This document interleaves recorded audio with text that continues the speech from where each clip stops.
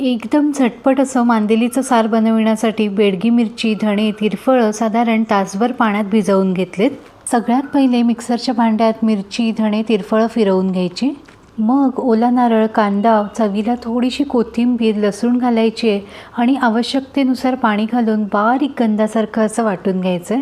माशाच्या सारासाठी लागणारं वाटप तयार झालं. फोडणीसाठी कढईमध्ये अगदी अर्धी पळी तेल घेतले. त्यावर लसूण घालायचे. लसूण हलकीशी लालसर झाली की त्यावर अर्धा बारीक चिरलेला कांदा घालायचा आहे. कांदा हलकासा मऊ होईस्तोवर सगळं परतून घ्यायचं आहे. आता यामध्ये आपण करून घेतलेलं वाटप घालायचं आहे. मंद आचेवर अधूनमधून परतत राहून वाटपसुद्धा छान असं परतून घ्यायचं आहे. आता यामध्ये आवश्यकतेनुसार पाणी घालायचं आहे आणि पुन्हा सगळं व्यवस्थित हलवून घ्यायचं आहे. वाटपाच्या गुठळ्या झाल्या असतील तर त्या व्यवस्थित अशा मोडून घ्यायच्या. आमसूल घालायचे, चवीला मीठ घालून झाकण घालायचे आणि व्यवस्थित अशी उकळी काढून घ्यायची.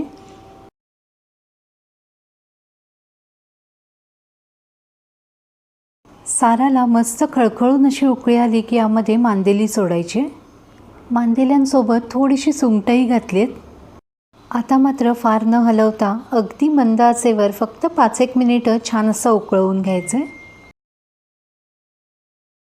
झट की पट आपलं माशाचं सार तयार. हे असं आंबट तिखट माशाचं सार आणि त्यासोबत गरमागरम वाफाळता असा भात. बस काय हवं बरं अजून.